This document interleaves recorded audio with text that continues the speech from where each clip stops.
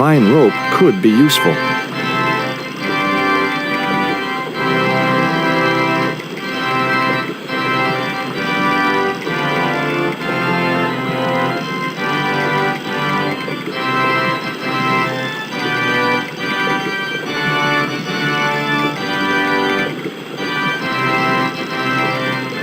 Hello? Anyone home?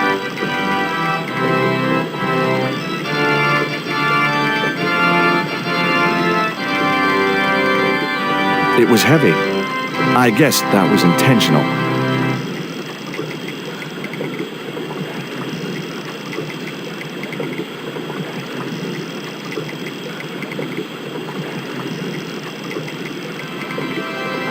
The leverage from the cross allowed me to turn one of the stones, but the other one remained stationary.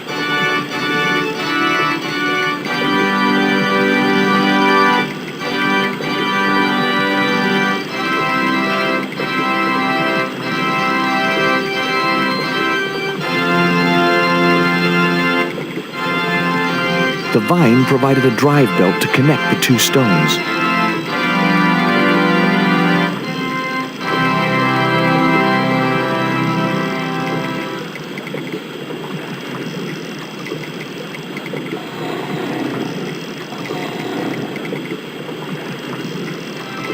As I held the fetish to the iron rim of the wheel, a shower of sparks cascaded onto the leaves.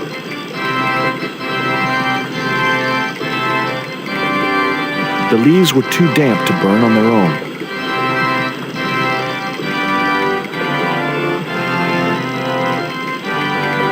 The bank statement was just what I needed to kindle the damp leaves.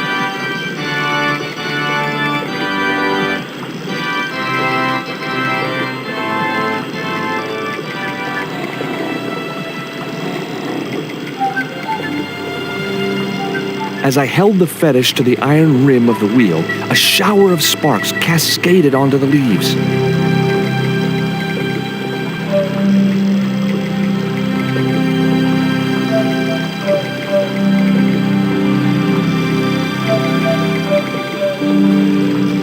Quick, man, put out that fire. I've got a sick woman up here. Sorry, Father, but I needed to attract your attention.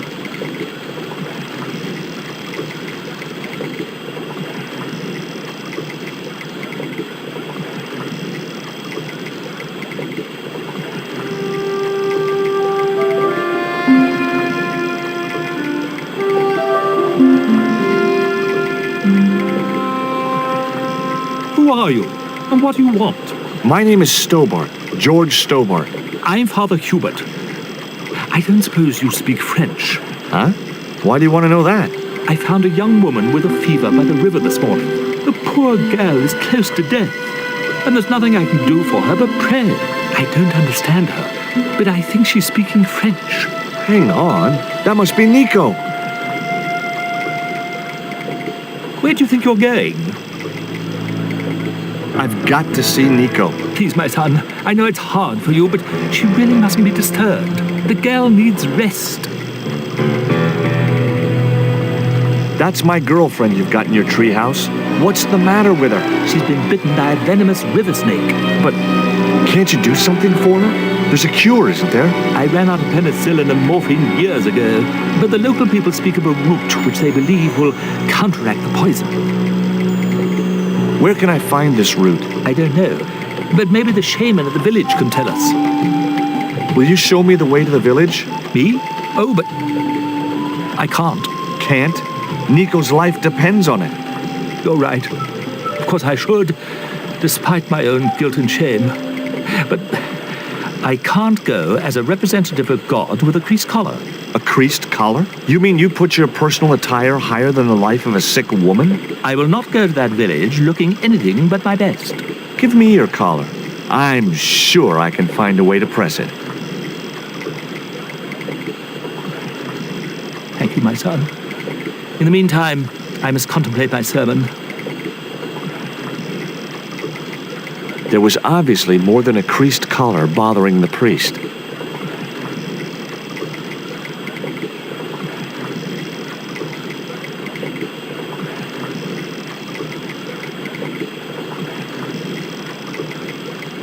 So there I was, hundreds of miles from civilization, doing the housework for a priest.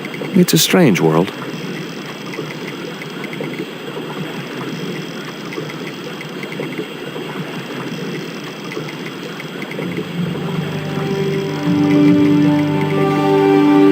The press worked surprisingly well on the collar.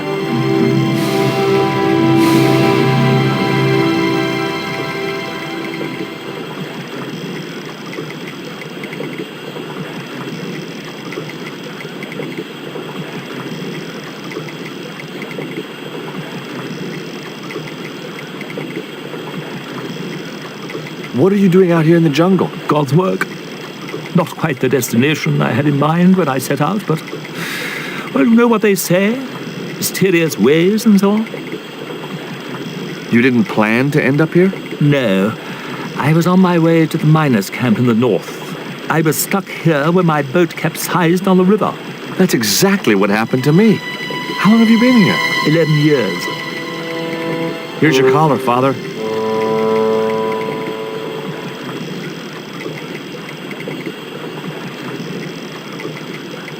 Thank you, George. You probably think it a little odd of me to make such a fuss.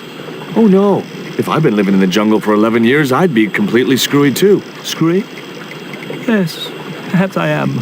Ever since my last visit to that village. Do you want to tell me what happened at the village?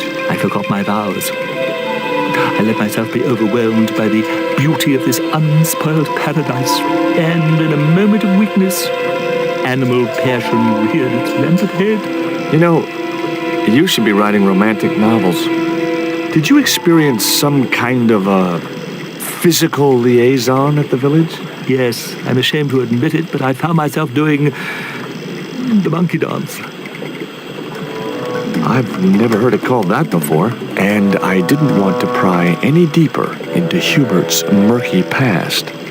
Now you've got your collar back, will you take me to the village? I've still not finished my sermon. Look, Father, I still don't know why you're so reluctant to visit that village, and it's none of my business. Whatever the reason, it can't be more important than saving Nico's life. You're right. I must be crazy. We must make haste if we're to reach the village before nightfall. By the time we reached the village, it was sunset.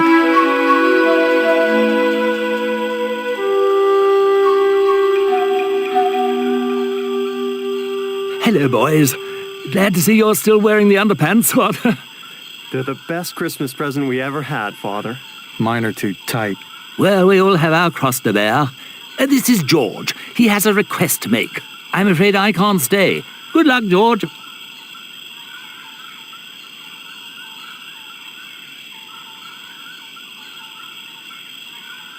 That's a relief. I never feel comfortable with him about. Me neither. These damn pants keep riding right up my butt. So, what do you want? My girlfriend has been bitten by a snake. So, everyone in my family has been bitten by snakes. I was bitten by a dormouse once. She's real sick. I hoped your wise man might have medicine. Wise man? You must have the wrong village. Father Hubert said there was a wise man in the village who could help me. No, there's no one of that description here. Ooh, he must mean the old man, the shaman. I thought he just made up all those stories he tells. I never thought of him as being wise. Are you going to stand by and let my girlfriend die? Of course not. What do you think we are, savages? We'll start the preparations for a cremation feast. I'd like to see the shaman, please. You can't just go walking in there and demand to speak to the shaman. Why not? You have to observe the protocol. The shaman demands tribute. Tribute? You mean like a gift? That's right. The eternal question. What do you give a man who has everything? Would your wise man have any use for lipstick? Not in that color. Haven't you anything in black? Of course I don't. Look, I know it's not much, but I want your shaman to have this. Do you expect him to eat that? He's an old man, you know. He might choke. This stone is what brought me here. That's a spirit stone. I wouldn't touch it if I was you. You're right. It could be cursed. This cone could have 1,000 uses. Yeah? Like what? A protective helmet? I don't think so. Give me a clue. What kind of things does your shaman like? Does he have a hobby, a favorite sport? You insult us. The shaman lives on a higher plane. Oh, right. Maybe a book would be more suitable. Or a jigsaw puzzle? Don't you just hate choosing presents for people you don't know? Here, he'll like these biscuits. If you say so.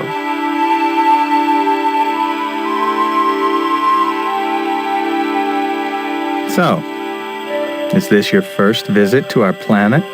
I am from the same planet as you. I'm from California. Why, we're practically neighbors.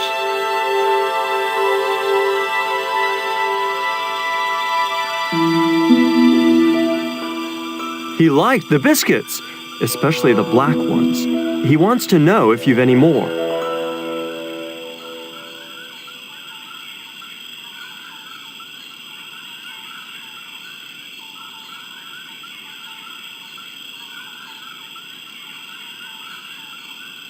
I dropped the tequila worm into the empty box. Here, I found some more of those biscuits for the shaman. I'll give them to him.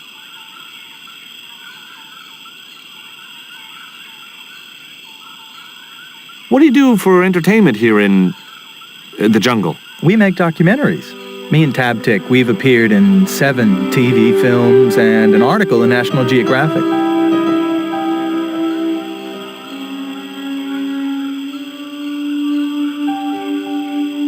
He didn't want the little worm. He's a vegetarian.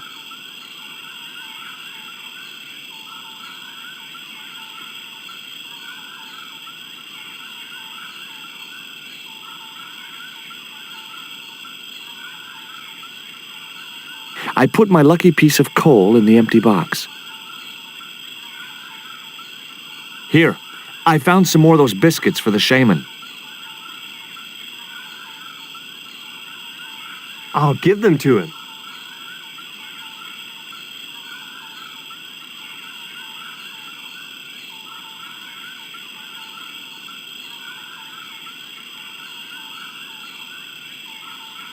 The shaman didn't want the black rock.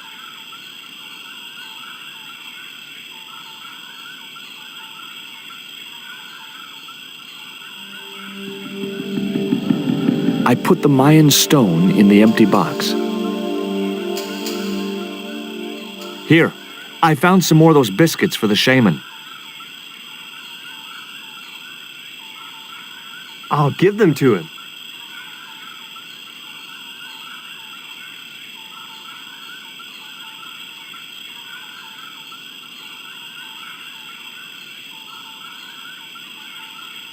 The shaman wants to talk to you. I hoped he would. Well, it's been nice to talk to you guys.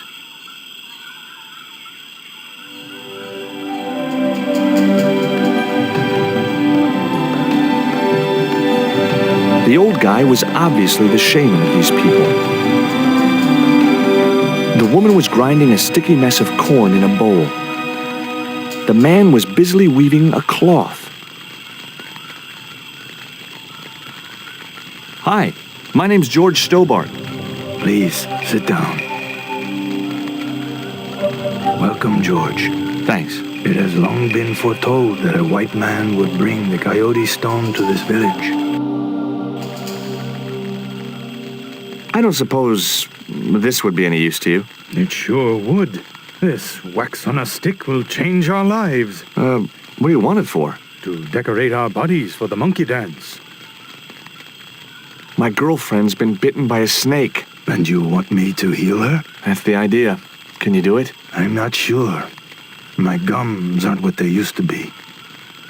Why is Father Hubert so reluctant to visit the village? I don't know. He used to come here a lot, but then he just stopped. You'd think he'd want to spend some time with his kids. Did you say Father Hubert has kids? 3 girls and 5 boys by my reckoning. All conceived in the same week at the Feast of the Monkey Dance. Listen, my girlfriend's in a coma. Please, old man, give me the root. What root? Father Hubert told me of a root which could cure the bite of the river snake. There's nothing sacred with these people. That was our secret, known only to members of my tribe. If that root is my chance of saving Nico's life, then I want it. Fast. There is time yet, George Stobart. Time to learn why you were called here. Fine. If I listen to your story, then will you give me the root? The eel travels far, but still returns to the place of his spawning. And look, I'm running a tight schedule, so can you skip the riddles? Many years ago, when the world was young, the great god and king Quetzalcoatl was defeated by trickery and deceit. His enemy Tezcatlipoca took his place as leader and demanded terrible human sacrifices. A group of loyal priests found a way to trap Tezcatlipoca. But his powers were so great, they knew he would not remain trapped forever. His time of incarceration would end with the eclipse, which marked the close of the 5th age. So the priests fashioned 3 obsidian stones which contained the power to seal the mirror for all time. But before the stones could be put in place, they were seized by the invading Spanish. But how did they trap Tez, the evil god? They built a pyramid which they told Tezcatlipoca was dedicated to him. At its center, they fashioned a huge mirror of perfectly smooth obsidian. Luring him into the pyramid with praise and flattery, they used sorcery to ensnare him in the mirror. There's an eclipse of the sun due very soon, isn't there? Correct. The eclipse which marks the ending of the 5th age will come before the next full moon. Less than 2 weeks. I didn't really believe that Tezcatlipoca would return, but I figured Karzak's plans were in some way connected. What happened to the stones? They were taken by the Spanish to the coastal town that is now called Quaramonte City. Only 1 stone reached Spain. The other 2 fell into the hands of buccaneers. The Jaguar stone was captured by an English captain, El Draco. The Eagle stone was taken by a pirate called Ketch. The 3rd stone, the Coyote stone, reached Spain safely. That is the stone in your possession. Suppose I was to believe there was anything in your story, other than the rambling delusions of a seriously wacky old man. Suppose I was to swallow it, hook, line, and kitchen sink. What then? Then you would see that the fate of the human race rests upon your shoulders. Do I get anything to help me combat Tezcatlipoca? Like what? Well, a magical weapon? Get real, George. Tell me more about the Eagle Stone. The stone was loaded onto a galleon with many valuable artifacts plundered by the Spanish. But shortly after leaving harbor, a terrible squall blew up and damaged the ship. The ship was intercepted by a bloodthirsty pirate, Captain Ketch. Ketch made short work of overpowering the crew, stealing the treasure, and sinking the Spanish ship. Where's the Eagle Stone now? Nobody knows for sure. Ketch retired from piracy and bought an island in the Caribbean. Tell me more about the Jaguar Stone. Many centuries ago, the port of Quaramonte was entered by a ship flying Spanish colors. The captain, the man known as El Draco, sent soldiers ashore. Only when the soldiers arrested the mayor did the people realize that they were English privateers. The mayor was held hostage while the soldiers looted and plundered the city. Amongst the treasures they stole was the Jaguar Stone. Where is the Jaguar Stone now? I suppose El Draco took it back to his homeland, across the Great Sea. To England. What do I do when I find the stones? Bring them here to me and I shall prepare you. The stones must be taken to the heart of the pyramid. Only there can they be used to seal the gate by which Tezcatlipoca will return to this world. Can you show me the way to the pyramid of Tezcatlipoca? Not until you possess all 3 stones. Now do I get the route? Here, take it. Make haste if you wish to save the girl's life. The hummingbird sings to me of death to come. Now you're talking in riddles again. Listen, is it okay if I crash here? I've got no chance of finding my way through the jungle in the dark. You're welcome, but you probably won't get much sleep. Tonight's the night of the monkey dance.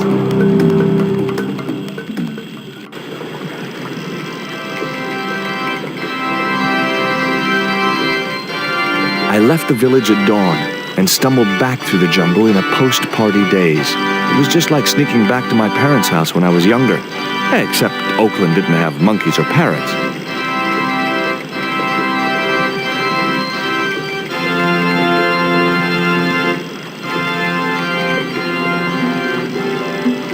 The cone was ideal as a makeshift container.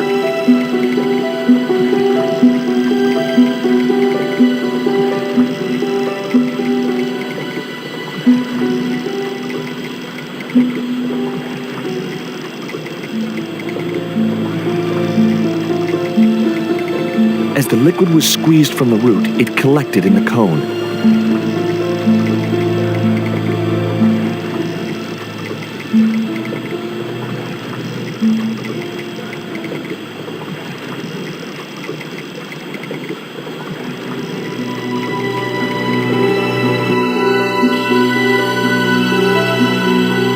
Look, Hubert, the antidote.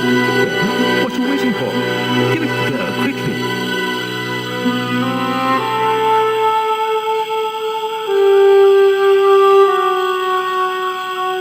Nico. Here, drink this. Oh, George, it's horrible. Just swallow it down. Okay, try and rest now, darling. You'll need all your strength when we go after the other 2 stones. Other stones? What other stones? What have you gotten me into now, George Stobart? The patient is sounding more like her old self already. Nico recovered quickly from her fever. To save time, we decided to split up and look for each stone independently. I traced the pirate Ketch to a remote island in the Caribbean. With the fortune he'd amassed from piracy, he'd retired to a place that was later called Ketch's Landing. The guy was studying a large document. It looked like a set of plans. I recognized the instrument as a theodolite, but I had no idea how to operate it.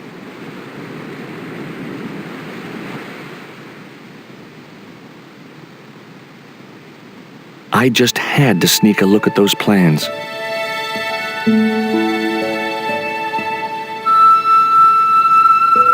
Hey, get out of there. You know, wherever I go, I hear those words. Paris, Syria, Ireland, or Spain. Makes no difference. What do you think you're doing? I was trying to show some interest in your project.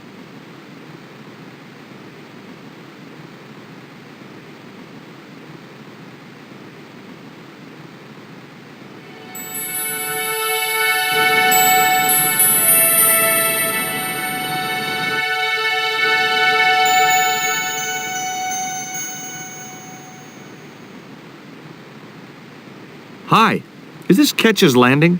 Yeah, that's right. My name's George Stobart. You're a surveyor, right, Mr. Bronson. And of course I'm a surveyor. Why the hell else would I have a theodolite? I don't know, hobby maybe? Yeah, right. What brings you here anyway? I'm searching for an ancient Mayan artifact. What is it? Some kind of jewel? No, it's obsidian. A black stone with supposedly mystic powers. You're nuts. What are you doing with a theodolite? Surveying the old house. I got great plans for this place. Oh, yeah? You bet. Take a look around. What do you see? Paradise. I see opportunity. This place is ripe for development. I like it just the way it is. And that's where we differ. You see, Mr. Stobart, I'm what you might call a man of vision. I see a great future for Ketch's Landing, and it all starts here, with that house. How do you survey a house like that? I've put a target reflector on the end of one of the flagpoles up there on the house. I sight on it from various locations through the theodolite, record the angles along the baseline, and triangulate them to give me the exact position of the target. Understand? Why the end of the flagpole? Wouldn't it have been better on a corner of a wall or something? Are you a surveyor? No, my degree's in law. Then shut up. This is similar to the stone I'm looking for. What makes you think you'll find it here? Because when the stones were stolen in the 17th century... Hold it. The stones have been lost for 300 years? Approximately. And you're hoping to find them again? You're nuts. And why here? A wise old Indian shaman told me he saw the stones in a vision. Ha ha. That's rich. Listen, I got work to do, okay? Look at this. An article about a total eclipse of the sun. Oh, yeah? Listen, I don't want to be rude, but it just comes naturally. I really don't care. Catch you later, Bronson.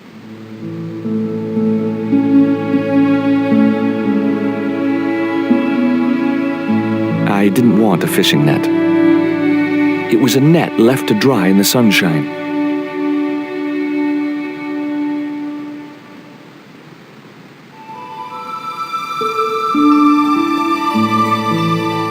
The kid looked about 11 or 12.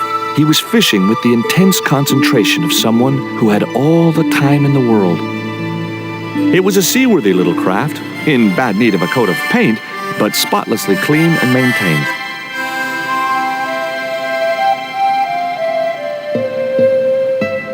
You want to buy some fish? Nah, I don't like fish. What's your name? Rio. It means river. What about you? George. It means, well, it's just a name. Do you know anything about a forthcoming eclipse? No, but that explains why the weather's about to get real bad. Rio, it's a beautiful day. There's no more than a whisker of cloud in the sky. Trust me, man, it going to get real bad. Do you know anything about pirate treasure? Man, that's all stories. There's no such thing as a real pirate treasure. No school today? No, sir. What about your education? I can fish, sail, and swim. I've been looking after myself since I was 6, and I'm bilingual. Aren't you a little overqualified for a beach bum? Well, you know, there's a lot of competition. Is it true that Captain Ketch lived around here? That's right. That's his house up on the hill. It's a museum now. Yeah? That's exactly what I need. Thanks, kid. You won't get inside, you know. The old ladies close it down. Who are these old ladies you mentioned? Miss Frost and Miss Mina Ketch. How come the old ladies closed the museum? It's Branson's doing. Him have the plans for redeveloping the museum. They're going to regret it, you know. The man's a crook. Will you help me get those plans? I don't want to go nowhere near that man. He promised to drown me when he found the fish I left in his sleeping bag. What do you know about Captain Ketch? Just what everybody knows around here. He was a pirate and get himself hung.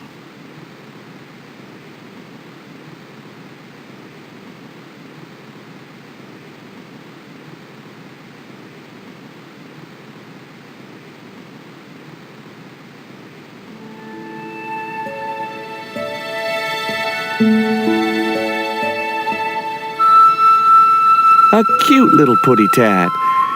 Actually, no. It was a mangy old flea bag. It was busily torturing a red ball. A cute little putty-tat. It was busy... Two old ladies were sitting outside the house, enjoying afternoon tea.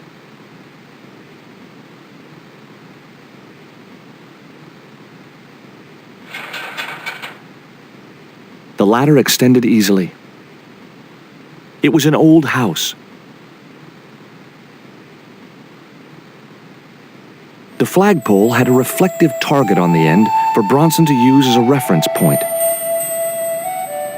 A large tree stood beside the house with a suggestive U formed by the branches. Hi, my name's George Stobart. Good afternoon, Mr. Stobart. Would you care for tea? No, thank you, ma'am. I don't like tea.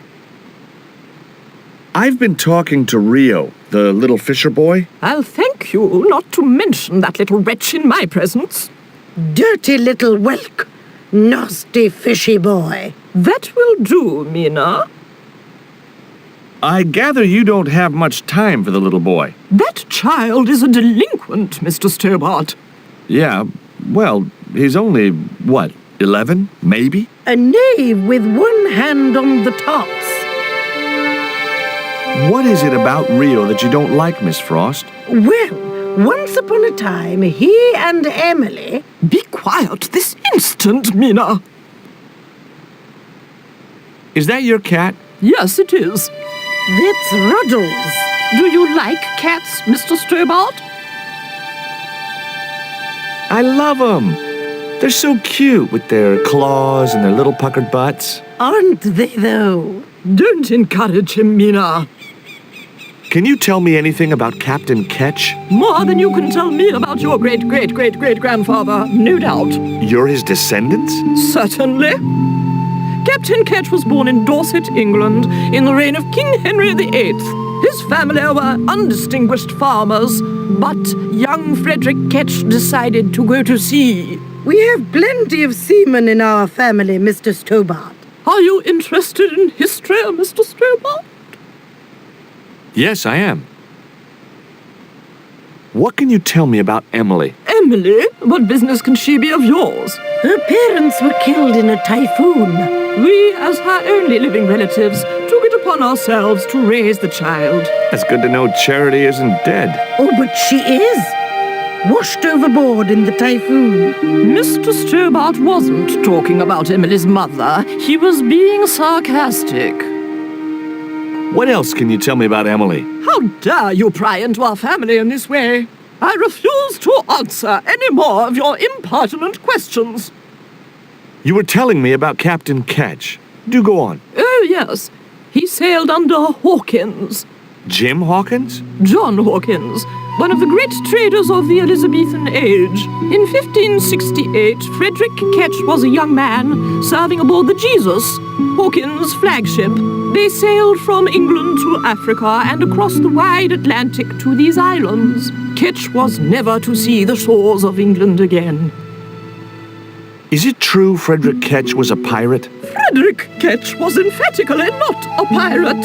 They hanged him, you know, down there on the beach in front of his family. Didn't bother with a trial, just whipped him out from his breakfast table and hoisted him up in chains. Well, if he wasn't a pirate, what did they hang him for? Envy. Pure green-eyed envy. He had been a successful privateer, you see, and had accumulated great wealth. As rich as a mink in a paddock. Shut up, Mina. Yes, Frost. The small-minded governor and his lackeys wanted his money, trumped up some ridiculous charge about breaking the conditions of his letter of marque, and hanged him like a common thief. The blackguards!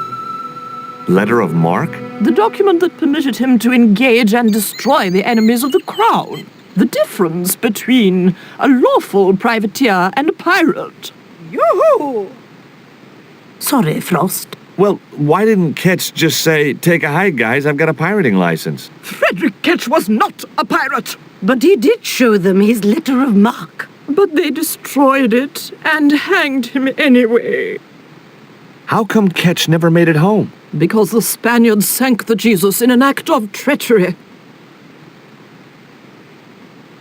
You said Hawkins' fleet traded between Africa and the Indies. What was it they were trading? Black men with no shirts.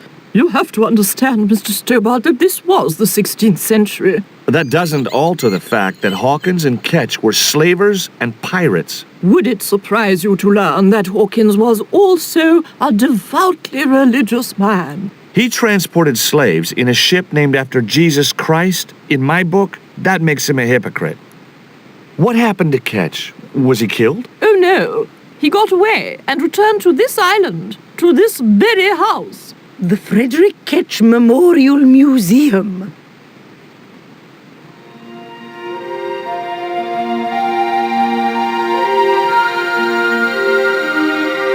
The flagpole had a reflective target on the end for Bronson to use as a reference point.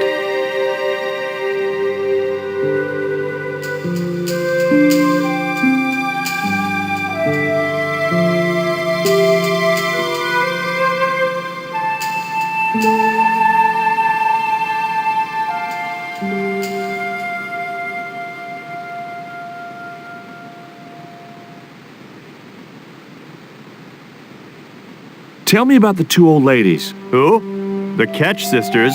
One of them's crazy as a coot, and the other will turn you to stone if you're not careful. Say, was that kid giving you trouble? The Fisher boy? No, he was very polite. Ha! He's a juvenile delinquent. I suppose he told you I was a crook.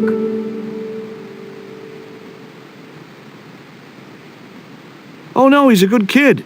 He'd never say anything like that. Sure he would, the little punk. Can I take a look at your plans? No way! What interest would they be to you, anyhow? I've always had a secret desire to be a surveyor. You have? Sure.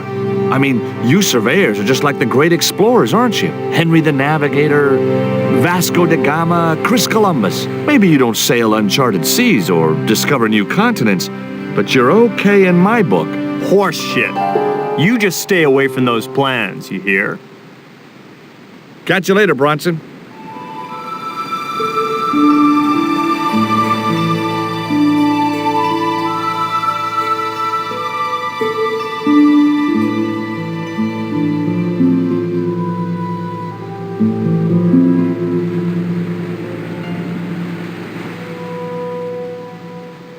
Tell me about your friend Emily. Why are you so interested in Emily Ketch? Emily Ketch? A descendant of Captain Ketch, the pirate? Yeah, Well, it doesn't bother you? why should it? We don't responsible for our ancestors. I think Bronson is trying to cheat those sweet, vulnerable old ladies. That's a little unfair, isn't it? Okay, he's trying to cheat those seriously demented, poisonous old ladies. You have to admire his acumen.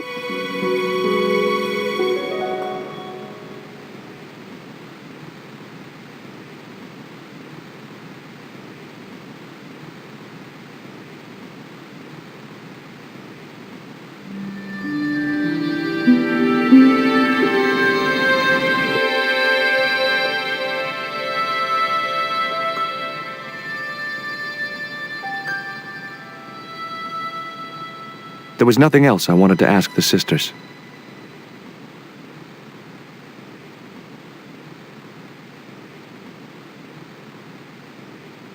You there? What are you doing? Pardon me, ladies, I was just going to climb your ladder. I'm helping Bronson. Oh, you're not like him, are you? He's very polite, isn't he, Frost? And he has dimples when he smiles.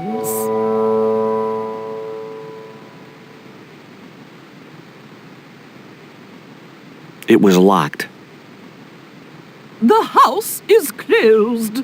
How come? It is undergoing refurbishment. Oh, of course. This must be the place Bronson's surveying. The intention is to prepare the museum for the new century. The Frederick Ketch Memorial Museum. It would look nice in neon. A museum for a pirate? There was a stony silence. As I have already told you, sir, he was not a pirate. It's precisely this sort of vile misrepresentation that Mr. Bronson is seeking to rebalance. Oh? How? Mr. Bronson has kindly agreed to undertake the museum's refurbishment at a very reasonable price. He understands the importance of a sense of history. Funny. That's not the impression I got of Bronson at all. He also understands spherical geometry. Mina? Well, he does. Listen, ma'am, I came a long way to visit this place. If we make an exception in your case, everyone will want to get in. Pardon me, but I didn't exactly have to fight my way through the crowds. You're the second visitor we've had today. No, I'm sorry, but it's impossible.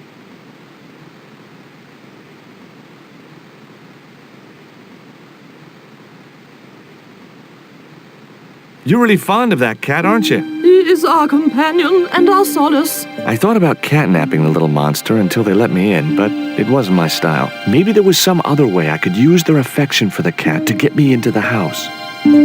Okay, it was time for diversionary tactics. I thought I saw a little girl down on the beach. You must be mistaken. He must be mistaken. Mustn't he, Frost? I'm sure I'm not. A little girl and that young fisher boy. What? It's not possible. What were they doing? Oh, the kinds of things that all little boys and girls get up to at their age. When I was a little girl, we used to play cows and milkmaids. Woe betide you if you're lying to us, Mr. Stobart. Heaven help you.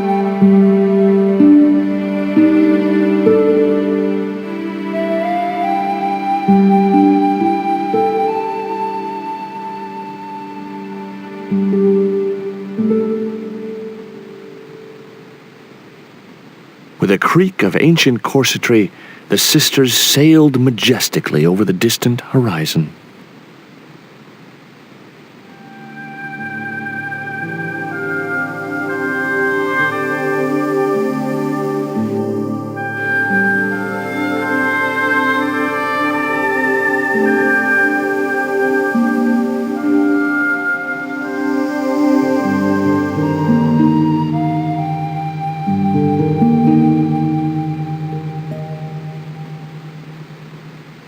How come the old ladies closed the museum? It's Branson's doing. Him have the plans for redeveloping the museum. Oh, I know all about Mr. Branson's plans. Can you let me have a fish, kid? I thought you say you don't like fish. It's not for me. It's a present.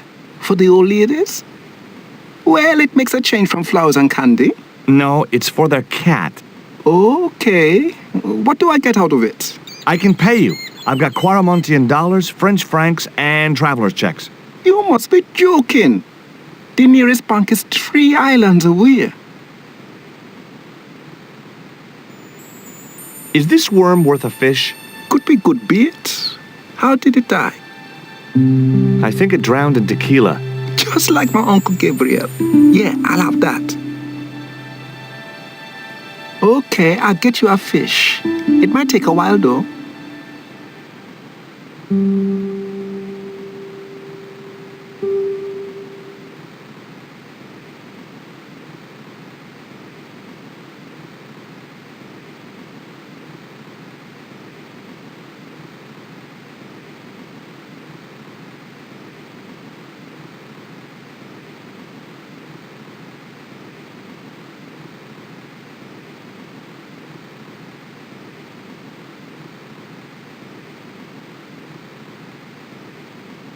Did you see the sisters go by? Yeah, they wanted to string that Fisher brat up. Of course, I told them where to find him.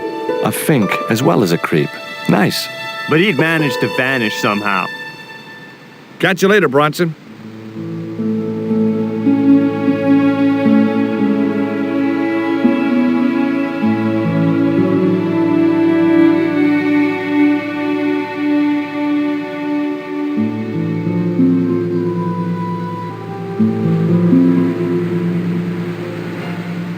Did you see the weird sisters come by here? Did I?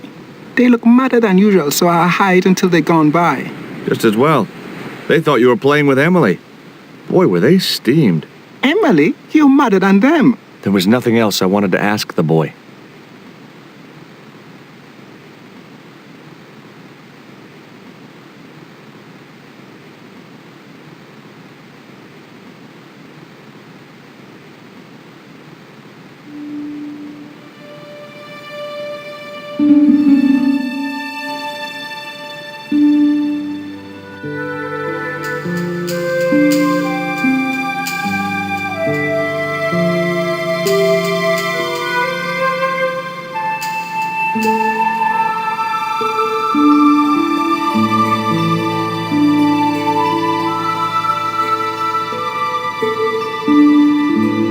No luck with a fish? No, man.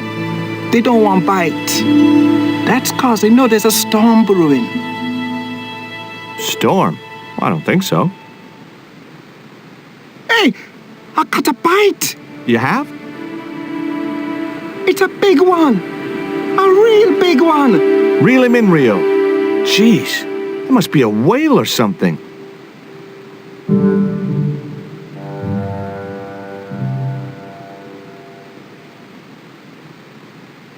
Rustiest whale I ever see. I still need a fish, Rio. Okay, make me try again. Maybe you better change your bait.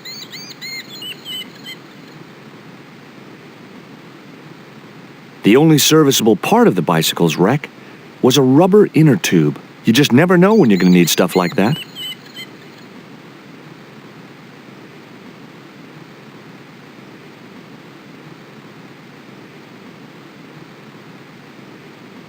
There's a fish, my man. I can't put it in my pocket while it's flapping about like that.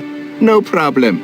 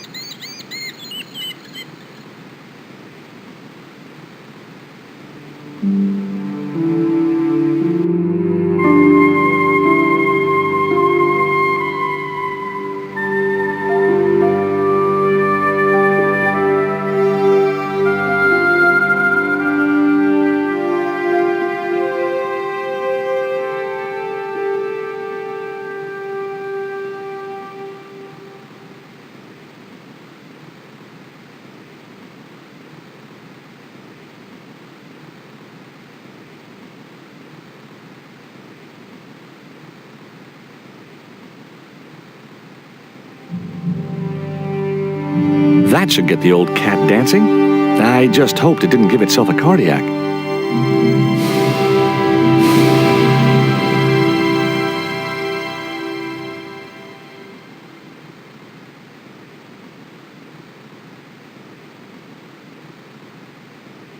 I didn't want to risk the wrath of that vicious animal by putting my hand within striking distance of those claws.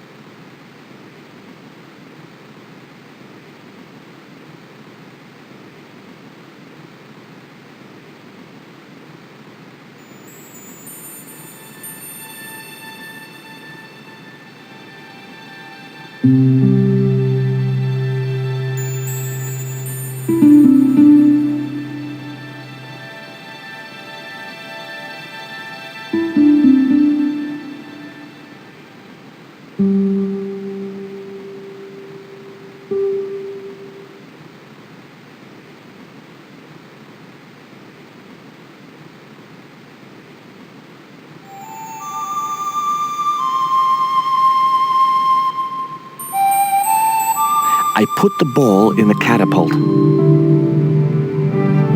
Took aim. Yes! Okay, so it was a lucky shot, but I'd knocked the theodolite target clean off the end of the flagpole.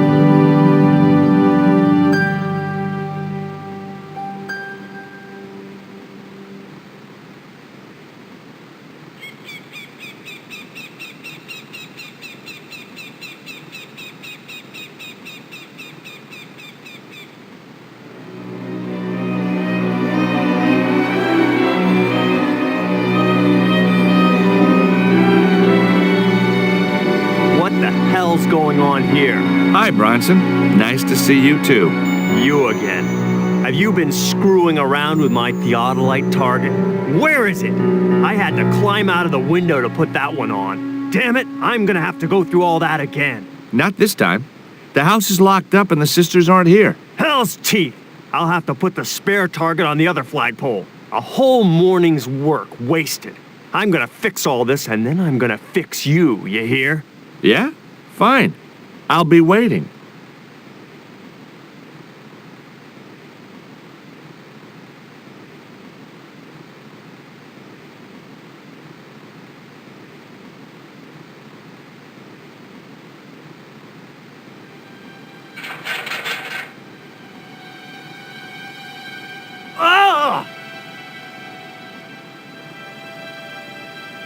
What you doing, Bronson? Just hanging around? I'm gonna kill you for this, Stobart! Get me down from here! What, so you can kill me? Gee, you talked me out of it, Bronson. I felt a little guilty about leaving Bronson up there, but not much, obviously. Hey, get me down! What's the magic word? Please! Oh, bad luck.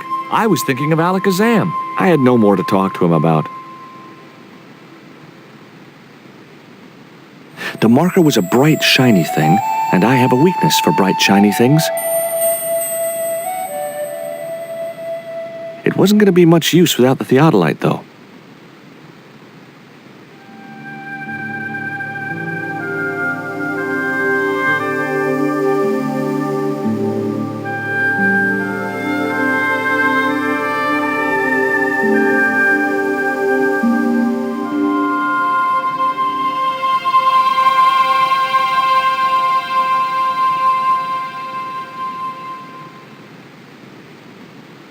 With Bronson out of the way, I could finally get a clear look at the plans. Engineers' drawings didn't mean much to me, but one thing was clear. These plans were for a 5-story, 200-roomed, luxury, pirate-themed hotel. Another stain on the bedspread of paradise.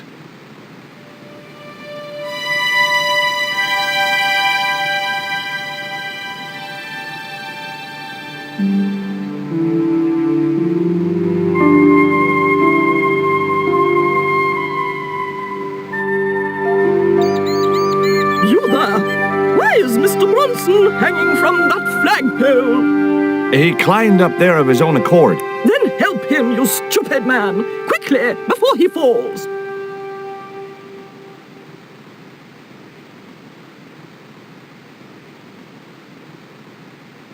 Here, Bronson's plans.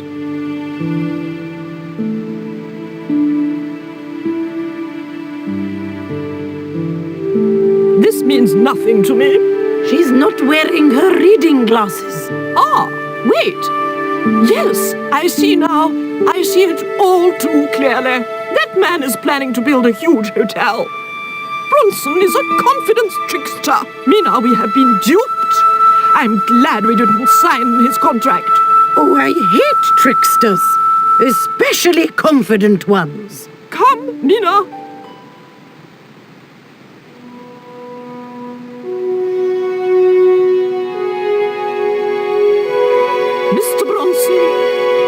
Consider yourself persona non grata. Yes. Cave Canem. Kindly disentangle yourself from our flagpole and eject yourself from our property this very minute. Disentangle. Eject. Hey, cut that out, you crazy old bat! How dare you? Mina isn't crazy, she's just engagingly eccentric. Yeah, as a bedbug. Ouch! Lovely as this little vista is, I'd be really grateful if you could let me into the museum now. Certainly, young man. We are most grateful to you for exposing this scoundrel, Mina the Lock.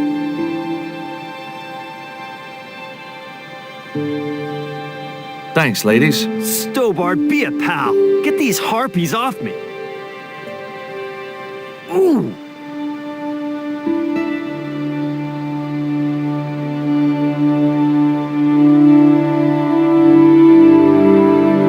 While George was basking in the sun-drenched Caribbean, I went to London. It was a long shot, but I thought I'd start my search for the Jaguar Stone at the British Museum.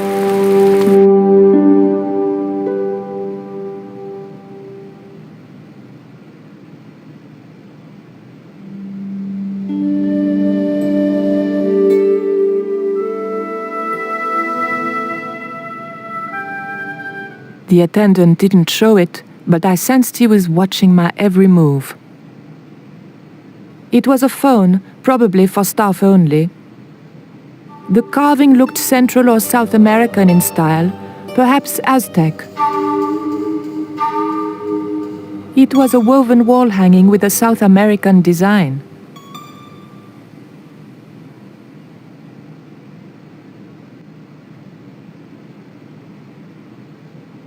It was a stone identical in size and style to the Coyote stone. However, this stone bore the image of a jaguar. The mask looked more African than American. The pots in the case seemed to amuse the girls no end. The display case contained a couple of vases.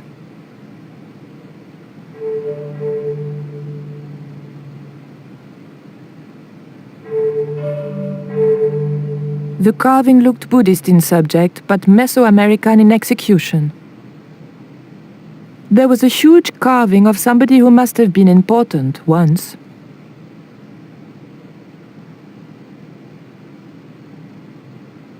It was a small flat square of polished obsidian, nothing like the one I was looking for. According to the caption, this was the scrying mirror given to Dr. John Dee by Sir Francis Drake.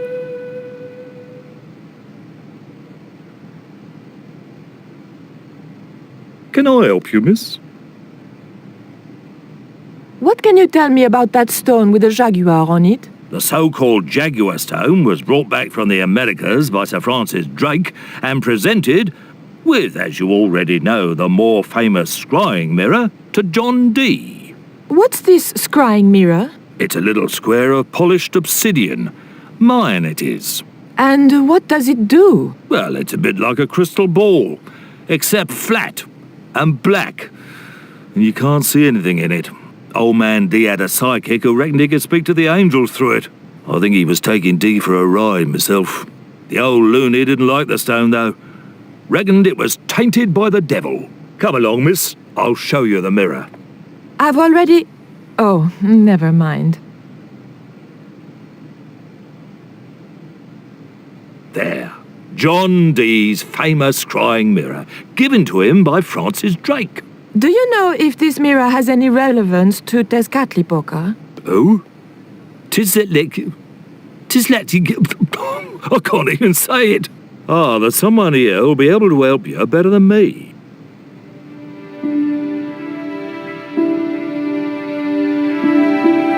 This young lady has some questions to ask, Professor. I think she's from France. Professor Roubillier? Eh? What? You two know each other, do you? Excuse me, the telephone.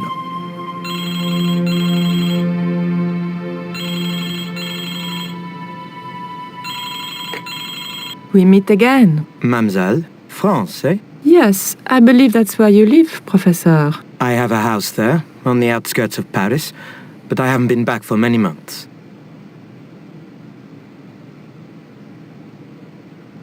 I thought you were going to stay in Quaramonte to witness the eclipse. Alas, business comes first. An important consignment of artifacts on loan to the British Museum. But I intend to return to Quaramonte in plenty of time.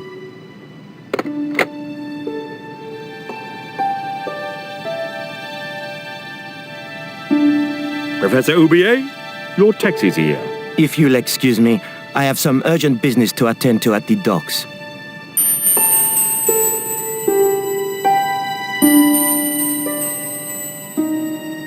Can you answer me some questions about the Jaguar stone? Certainly, miss. If you just step this way.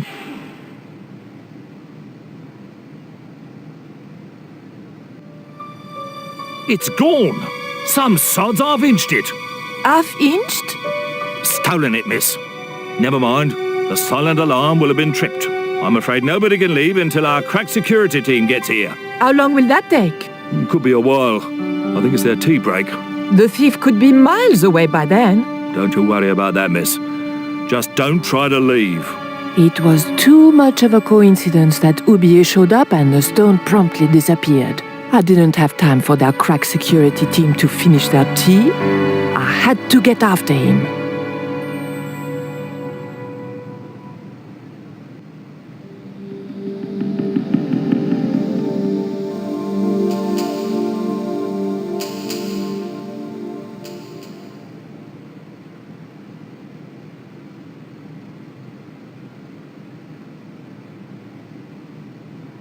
The key didn't fit this lock.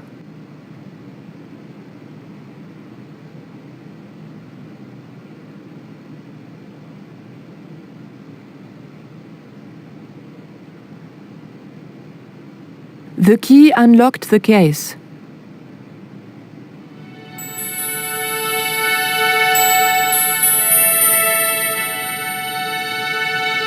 I locked the case again and took the key.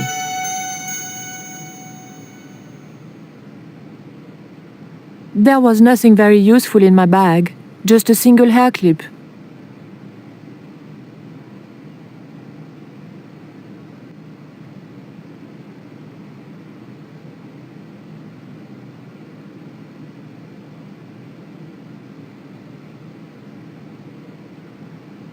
What was it you wanted? Look at this. The thief left this key in the cabinet. Oh dear. Oh dear, oh dear, oh dear. That makes the theft an inside job, right? Oh dear.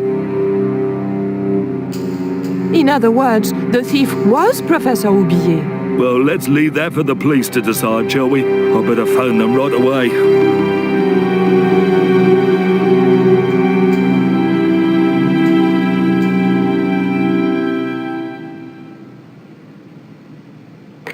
Hello? I knew I had nothing to worry about if the police were called. Yes, hello. But I had to catch up with Oublier, and fast.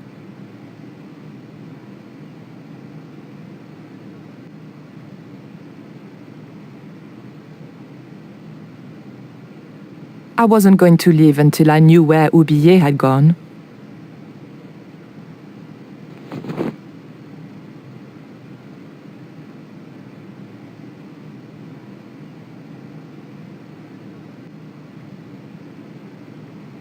You'll have to be quick, miss. I'm on the phone. Don't you think it's suspicious that Oublier has urgent business at the docks? Not in the slightest, young lady. He's gone to oversee the unloading of cargo, an exhibition of Mayan sculpture on loan from Mexico City. What's the name of the ship? The Xibalba Princess.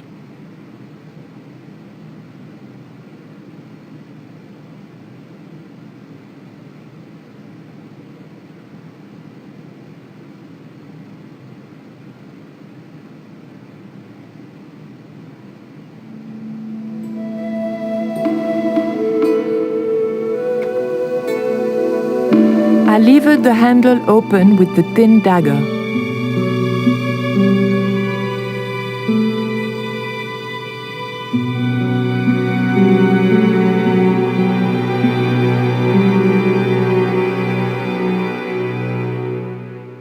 The room had been decorated to resemble the interior of a sailing ship. It was disturbingly effective. Holding that lantern, I felt kinda biblical. Like Jesus or Florence Nightingale.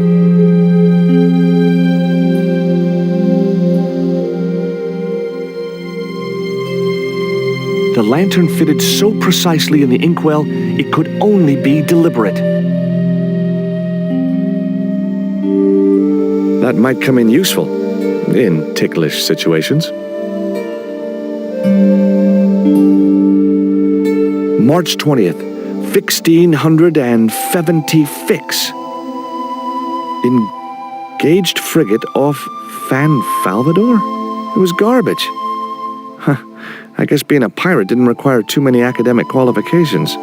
The passage went on to describe how Ketch had got wind of the approach of a fleet of English ships. It seemed the new governor had not shared his predecessor's views on Ketch's activities. They were out for his blood. Sailed to that place where I made secure my fortune. I returned safe in the knowledge that the governor shall not discover that which I had hidden. For is it not writ that 'tis easier for a camel to pass through the eye of a needle? The ship looked too fragile to touch.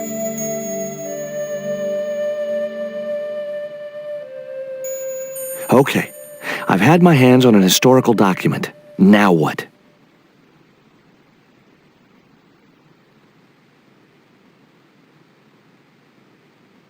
The chart fitted exactly into the recess on the top of the desk.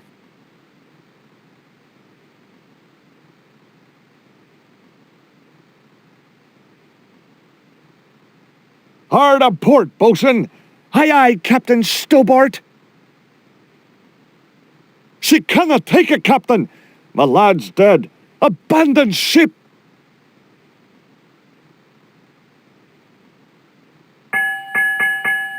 Two bells and all's well. Pirates were cool.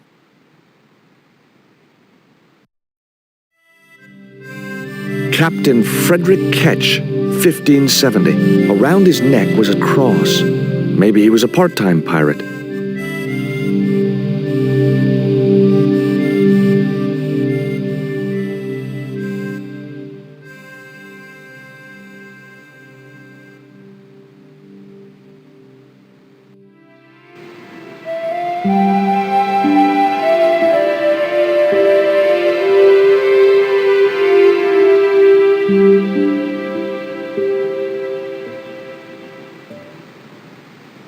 The cat made short work of the feather, tearing it into a blizzard of small pieces.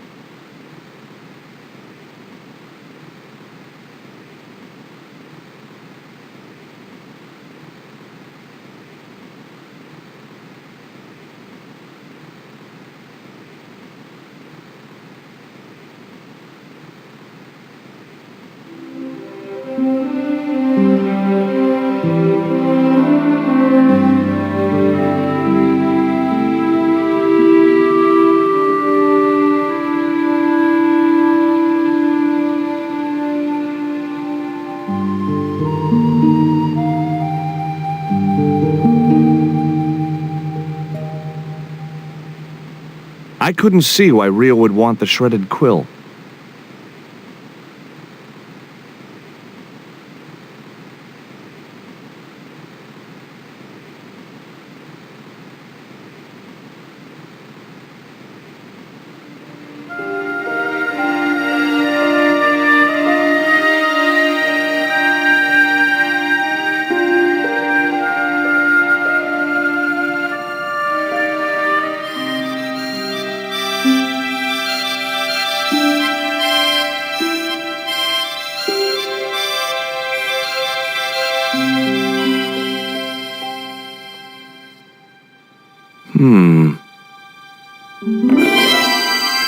Surprise!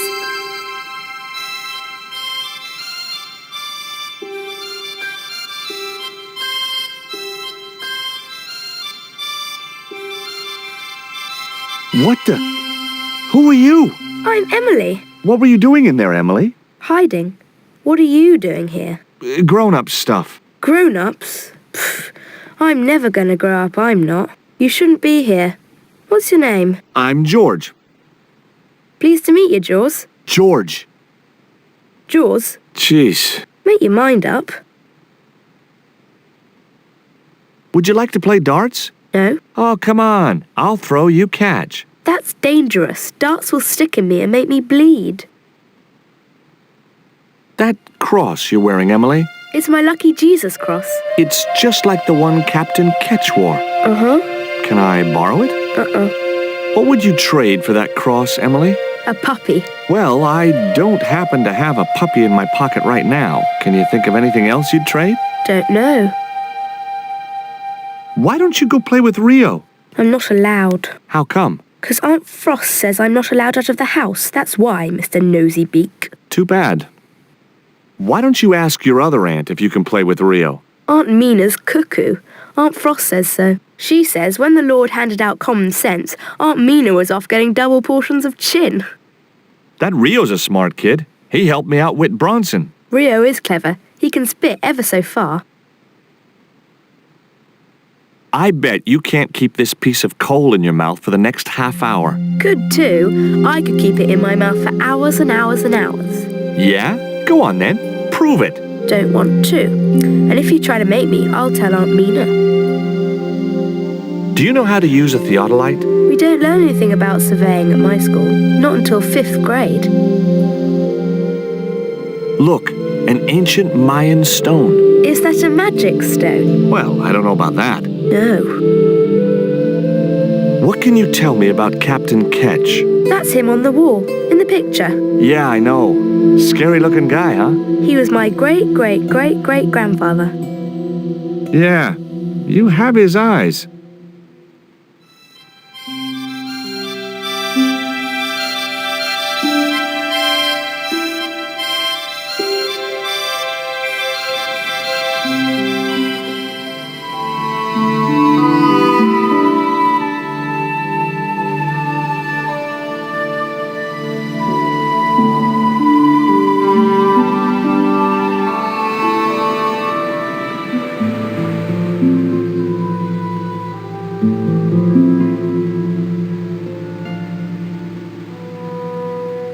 What do you give to a small, irritating girl who asks about everything? Try a conch. Delicate colors, interesting shape, and when you put it to your ear, you can hear the sea. Yeah, why's that? Usually because you're standing next to it. Cool. Have you got one? Yeah, but I promised it to my sister. She well vexed with me. Why is your sister mad with you? Well, last night when I got home with our supper, she went wild. Rio, she said, how come all you ever catch is puffer fish? A sicker puffer fish. What I want is tiger fish. So don't bother come back home till you catch one, boy. I don't see how I'm gonna catch no tiger fish. All I have is a fishing pole and a worm. What do you need to catch a tiger fish? One of them real fancy flies like the rich fishermen use. Hey, this is just what you need to make a fly. Thanks. Let's hope them tiger fish hungry. A deal's a deal. Here's a conch.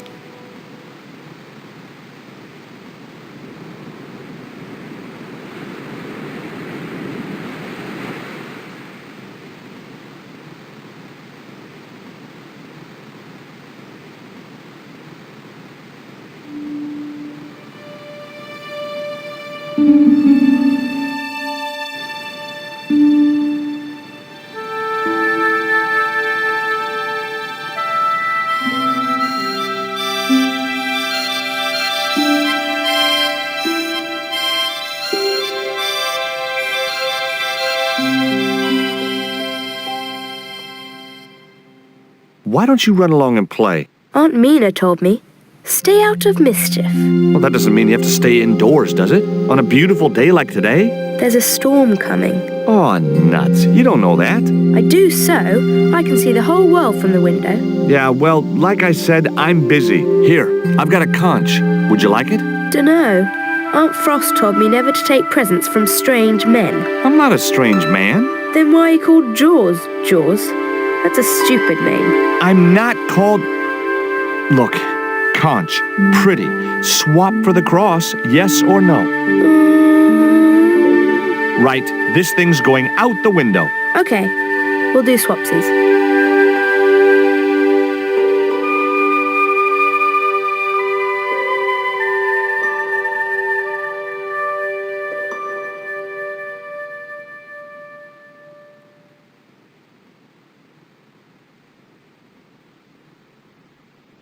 Ketch's cross slipped snugly into the penholder.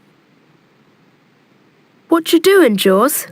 I've put your cross in this little hole in the desk. Why? Impulse mainly, with a dash of irrational intuition. Silly. Only women have intuition. The lantern cast a strong light over the desktop. The light cast a shadow of the cross. And the shadow fell precisely over a small, unnamed island shaped like a skull.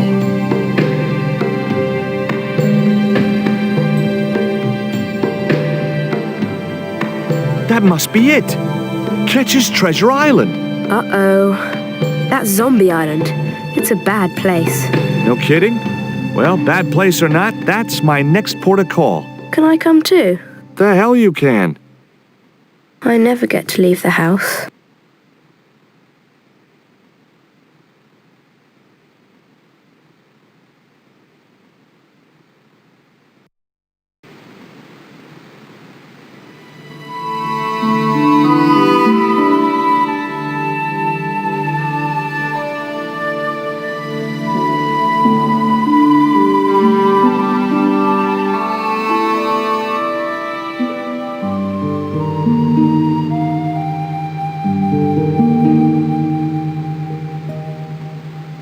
Would you take me to, Zombie Island? In this weather?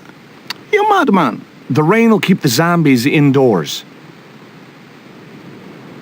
Just say I did meet a zombie. What would you do? There ain't no zombies on Zombie Island. At least, not anymore. It's uninhabited. Good. What do you mean, not anymore? You still want to go? I guess. Well, I ain't had no luck with them tiger fish.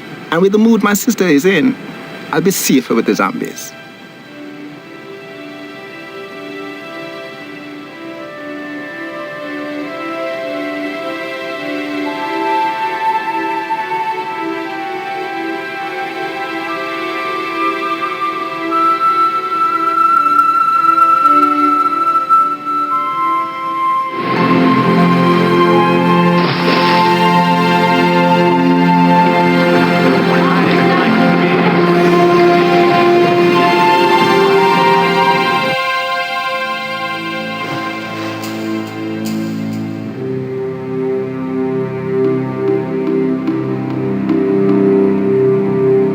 So, this was Zombie Island. Somehow I'd been expecting something more sinister.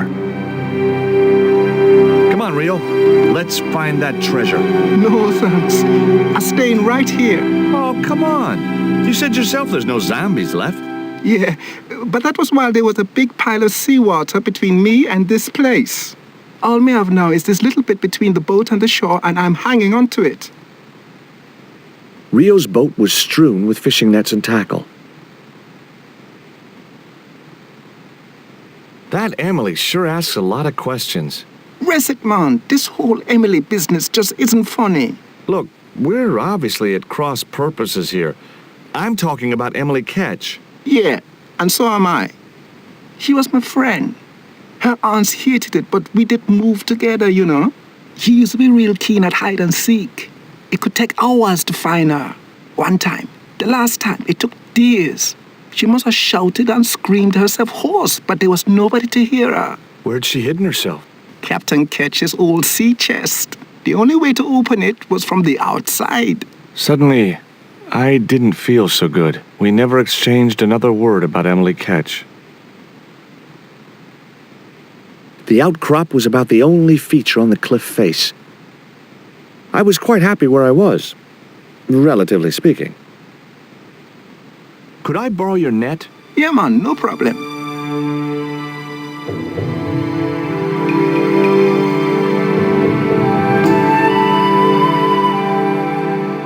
You planning on catching some fish? Nope. I'm after a big rock.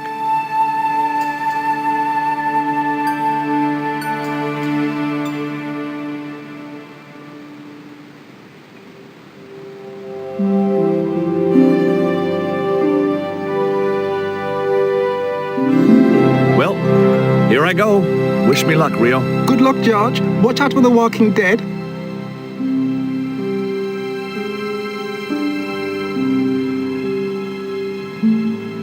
I stumbled down dark stairwells for what seemed like forever, until suddenly I found myself, wow, in an abandoned London Underground station. This place must have been closed down decades ago.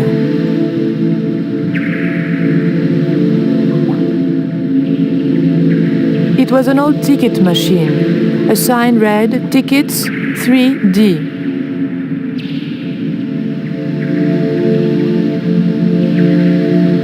It was an old chocolate vending machine.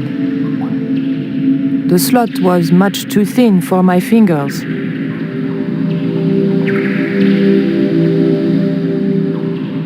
The cup was empty.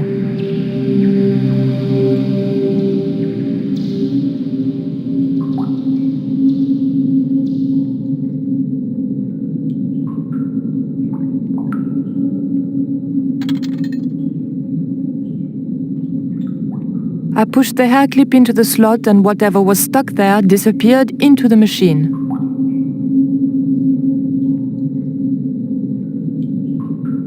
I pulled out an old English penny.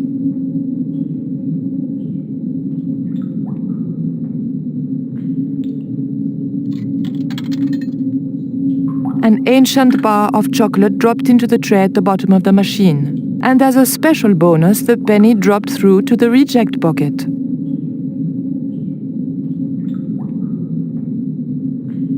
I pulled out an old English penny.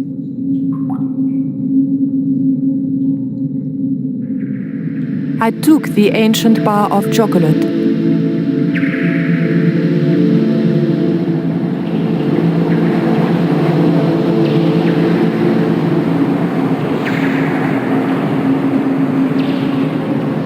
The penny was too large to fit into the slot. The machine looked like it had sold its last ticket a long time ago.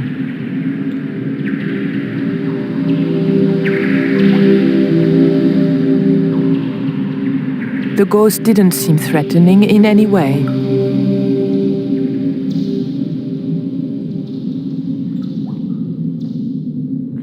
The ghost obviously didn't want to talk. Perhaps it was shy. The machine wasn't about to weigh me for nothing.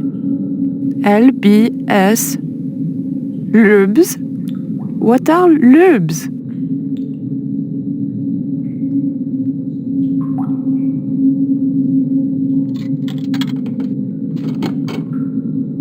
I put the old penny into the slot, the needle twitched rustily, and the machine spat out a card.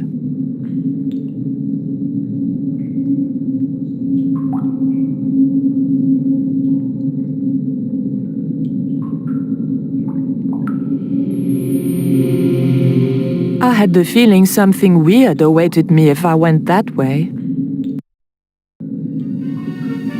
Who the hell are you? Joey, is that you? Oh, I remember you now. Hey, listen, don't go near that hole. Nobody tells Robert Foster what to do, lady. You don't understand. I've played this game before. There's something horrible in that hole. Some beast with tentacles. You're nuts.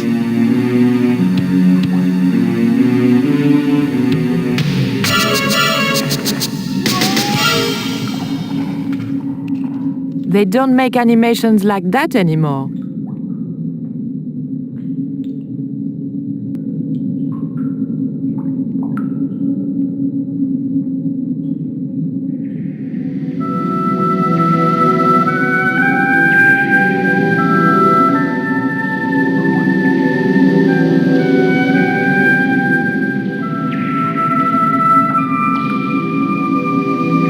The card just bent when I tried to force it down the edge of the cupboard door.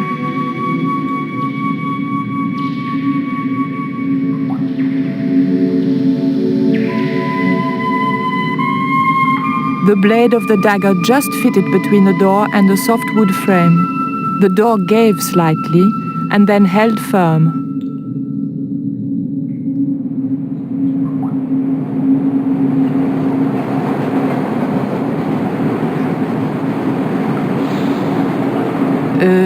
No. My fingers were too big to reach into the tiny crack. The hair grip was too thick to fit into the crack. The blade of the dagger was too thick to get into the narrow crack.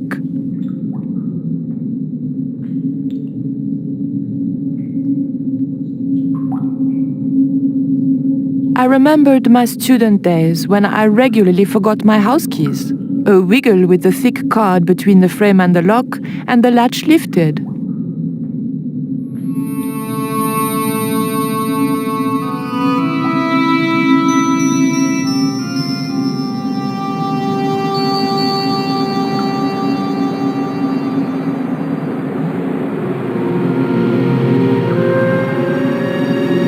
The train was my ride out of there. I could worry about not having a ticket when I got to the docks.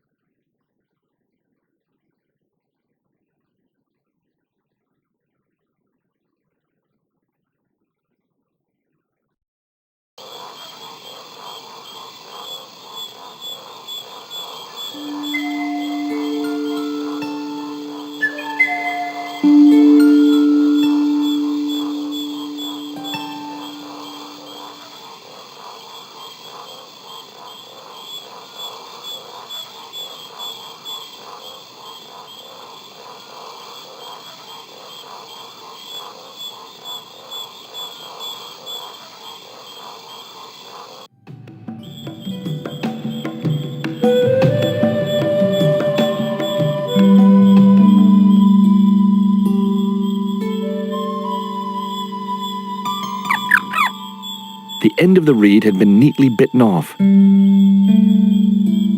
Now I knew what was living in there. A long-toothed, snarling, furry wild thing. No, I had to think of something else.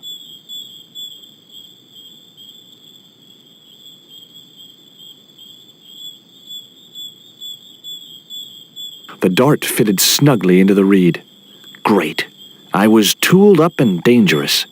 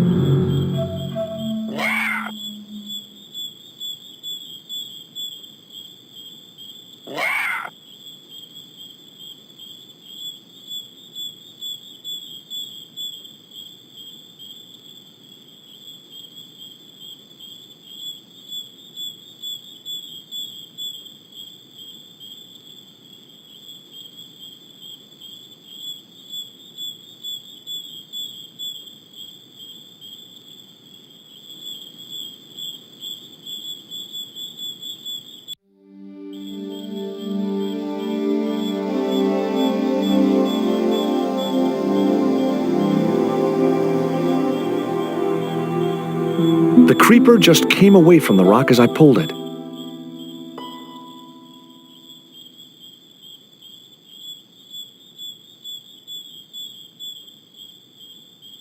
The marker clipped firmly onto the net.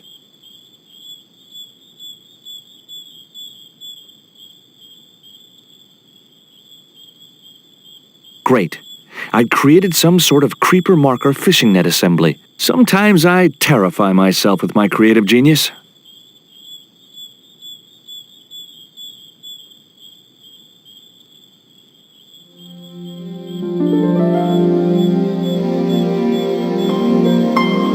I'd successfully got the marker into a position near the top of the needle simply by using the kind of lateral thinking that can get you institutionalized.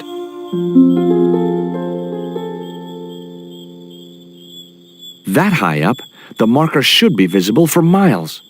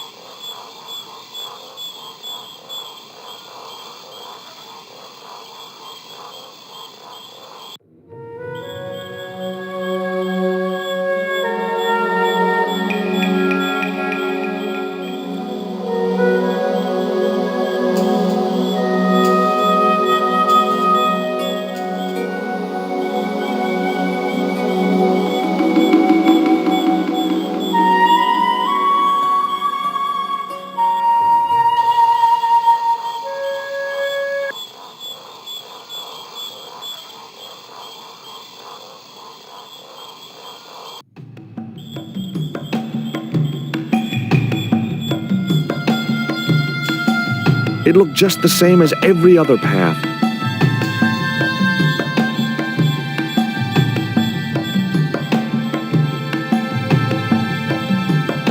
Ah! Stay cool, Stobart. It was only a bird.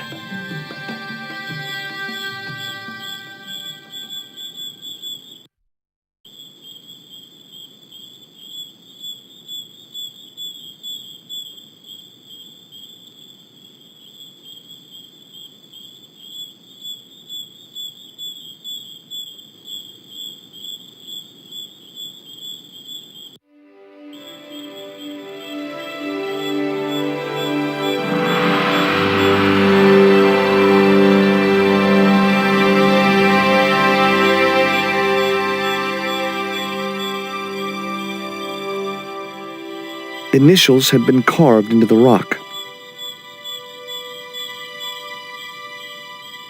Initials carved into the stone read F.K. Frederick Ketch had been here.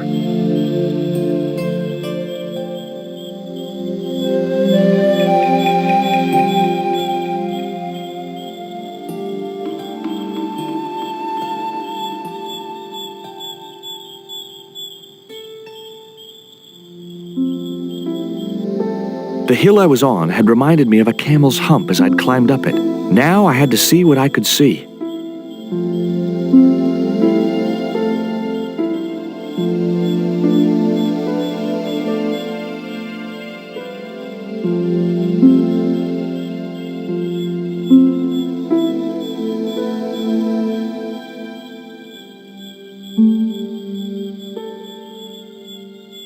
Heck, Ketch could have hidden his treasure anywhere.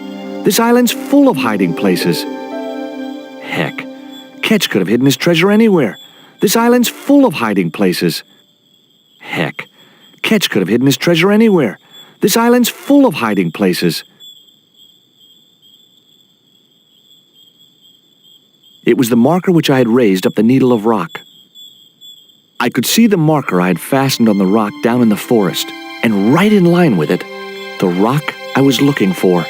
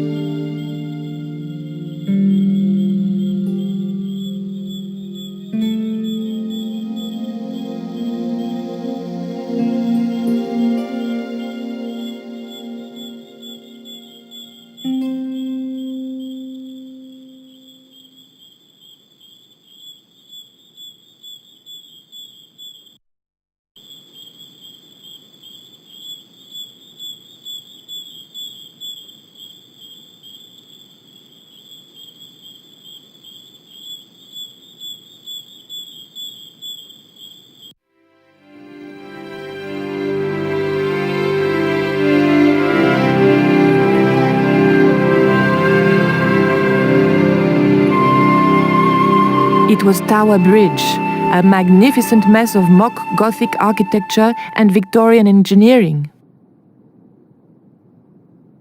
It was the Tower of London, originally built by the French, naturally.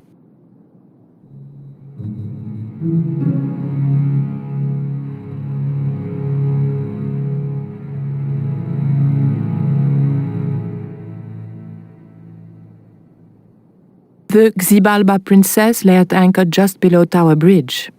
I knew I'd found the right ship as soon as I saw Pablo at the rail.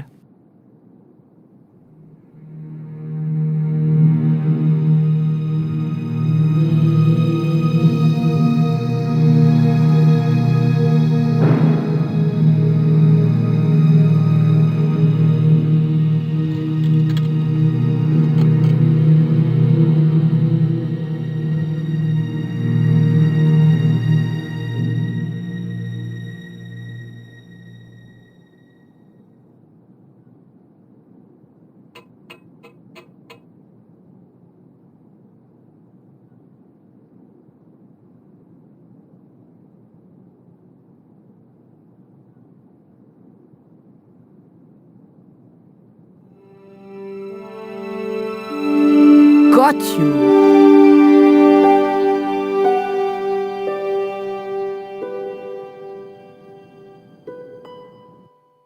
But the collar woman was there. They'll know it was me. But you have the stone. The right stone, you're sure? Yes, of course, it's the Jaguar stone. No possible mistake. Here it is. Karzak, please, The police will be looking for me soon. You're going to get me out of the country, aren't you? Stop your whining, Ubier. Do you have any idea what this stone symbolizes? I thought you just wanted it to frighten the natives. Fool. I intend to cast this stone into the sea. But why? It's unique. Exactly. With it gone, the Mayan priest's plan to destroy Tezcatlipoca cannot succeed. I can assure you that Tezcatlipoca is a mythical figure. Such a small mind you live in. Tezcatlipoca is real. I have seen him in my dreams. We have spoken of his plans for this world. We have spoken of your part in these plans. My part? He told me you would be useful. He told me how to crush your spirit by turning you to drugs. My wife died. You know that full well. She was my world, my everything. And now, you are no longer useful. She called out your name as she died, you know? What? What are you saying? And then they thought you'd done it. It all worked perfectly. You? It was you? You bastard! You monster! For the love of God, Karzak! Which one?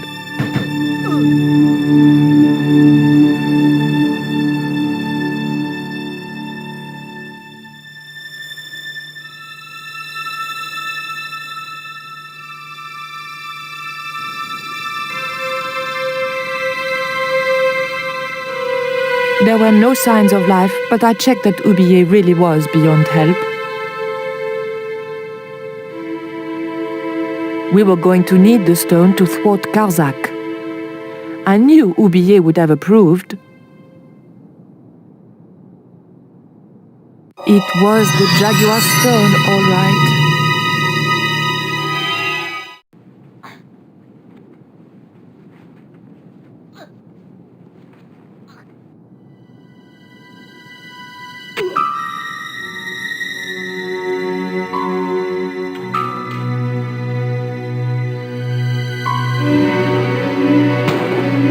Pirates? I was about to make good my escape when... Who the hell are you? I can explain everything. Don't bother.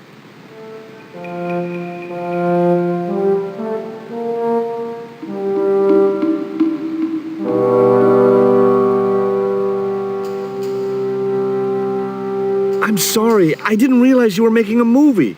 So who are you? Stobart. George Stobart. 2 B's and 2 T's. It's okay, Mr. Hawks. He wasn't in the shot. Hawks?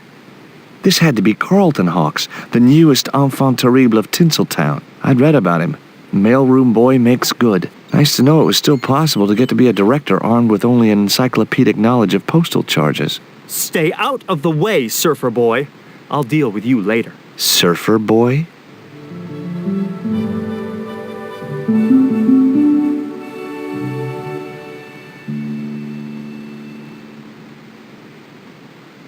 The bun was so stale it felt like a small rock.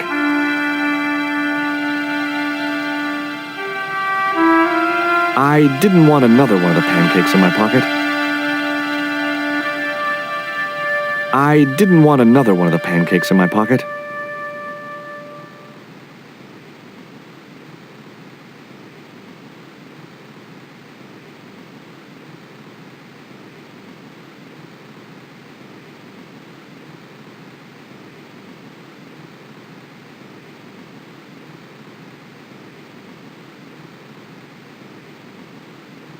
Hey there, I'm George Stobart. Well, hi, handsome. You're cute. I wish it was you playing the lead male instead of that kid. I can't act, ma'am. So what? I bet you can kiss. I couldn't believe I was having this conversation with a real movie star. Would you like a bite of this pancake? Hell no. I only have to look at those things and my thighs swell like balloons. An interesting concept. I found this reed in the swamp on the other side of the island. Oh, yeah? Yeah, and I used it to shoot a poisoned dart at a wild boar. It was a real-life drama, not just a scene from a movie. Right. She was having trouble with the whole real life is not a movie concept. take a look at this ancient Mayan artifact. That's just a hunk of stone with a picture scratched on it. In a way, I guess. You don't happen to have seen anything similar, have you? No. What do you think of these? Ew, they're awful. You have no idea how much you've just gone up in my estimation. Would you like this bun? All right. Oh, wait a minute. Hawks is watching me. Don't let him see it. Oh, he's looking right at me. What's the matter? Never mind. Just put that cake away and pretend you weren't talking to me. What part are you playing? Pirate Babs, the ruthless and passionate Lady Buccaneer. It's a great part. I get to kiss a lot, and I kick ass. Like the boots? What's it like sharing the spotlight with an actor who's young enough to be your son? What do you mean? Hi there, George Stobart. Uh-huh. Yeah. Haiku McEwen. Do you like a pancake? Look at that thing, man. It's dripping with syrup. You'll have every bug in 10 miles on your case if you get that stuff on you. I guess you're right. I may not be making millions of dollars, and I may not have thousands of nubile, if uncritical, young women lusting for my body, but I've got something that you haven't. This small piece of coal. Man, you're getting freaky on me. Would you like a bun? No way, man. I have to be careful what I eat. Yeah, never eat anything smarter than yourself. Is your name really Haiku? Yeah. It was my mom's idea, okay? When I was born, I was so small and perfectly formed I reminded her of a Japanese poem. Well, I guess it could have been worse. She could have called you Limerick. That's my middle name. Did you always want to be an actor? I don't think of what I do as acting, man. You're not alone. It's more like I'm the voice of my generation. What I'm saying for the kids on the street. Which is what? I'm crap, I'm going nowhere? Huh? What are you saying, man? Stobart, get out of shot. Positions, everybody. I'll get a flip chart and explain it to you later, Haiku. Haiku, baby, are you ready? Okay, man. Which scene is this? You've been captured by Silver's accomplice, Pirate Babs, who's fallen in love with you. Okay, people, top of page 76, Sharon. What about my big speech? It's been cut. Everybody ready? Up to speed. Quiet on the set. Okay, let's make magic. Oh, please. And action! Why don't you forget that dumb old squire and his bunch of merry men? Can't you see we were made for each other? I know, but Squire Trelawney saved my life, Captain Babs. Why, if it hadn't have been for him, that giant octopus would have made mincemeat out of me. But right now he thinks you're a traitor. He's locked you out of the stockade, Jimbo. That 20-foot high wall with spikes might have kept out Silver's men, but it ain't gonna stop me. Oh, Jimbo. And cut! Good heavy breathing, Sharon. Natch, I'm a pro. Did you get the heavy breathing, Flash?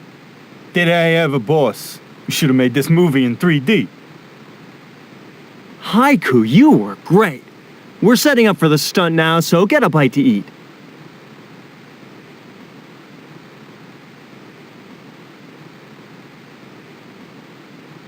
Savage, on set, damn it.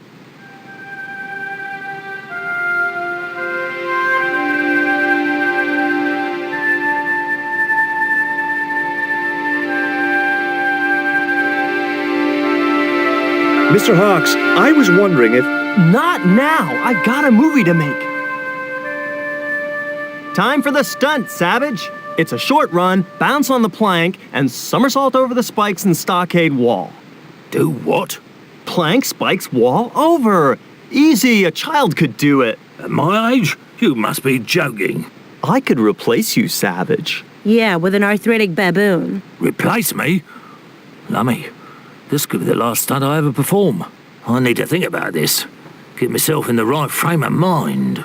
A suicidal one would fit the bill for that stunt. Fine. You do that. In the meantime, we'll break for lunch. Oh, great. I'm famished. Stay right there and meditate, Savage. Tight-ass little git. You know what the locals call this place, don't you? No, but I guess you're gonna tell me. Zombie Island. Zombies? A crazed gleam came into his eye. Get me the writers. Get me makeup. I want zombie pirates in this movie by the end of today.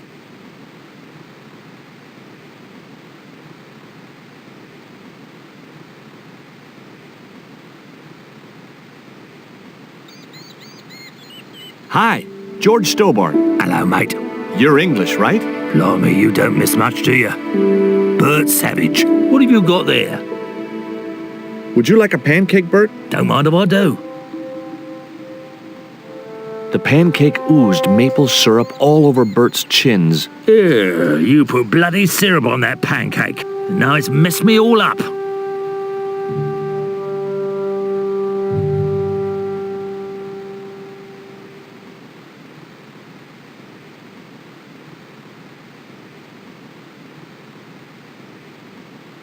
Those hornets were not pleased.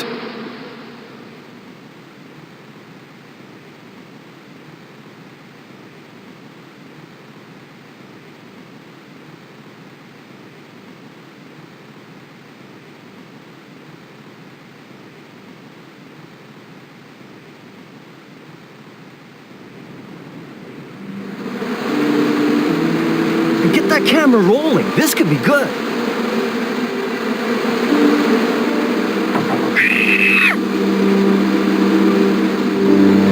Cut and printed. That was brilliant, folks.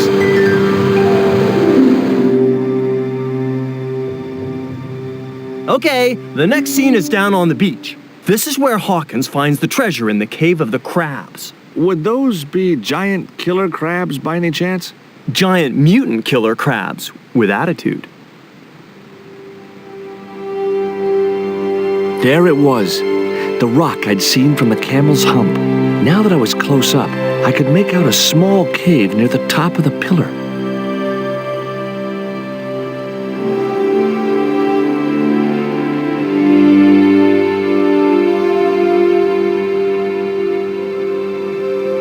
Hey, you! Trouble! Who, me?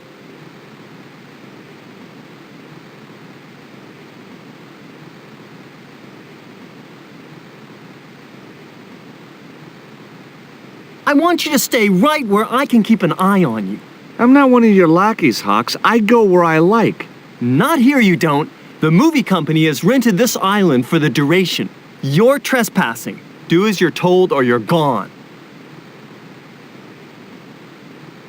Yeah, hang on there a minute, champ. No messing with the equipment of the Union will be down on yous. Oh, okay. It was a portable movie camera. Hi, I'm George Stobart. My name's Harris. Most people call me Flash. You're the cameraman, right? That's right. Why'd they call you Flash? You used to be a stills photographer? Nope. I decided not to pursue the subject. What do you think of Haiku McEwen? What's to think? The kid will have earned more by the time his balls drop than I'll earn in a lifetime. Good luck to him.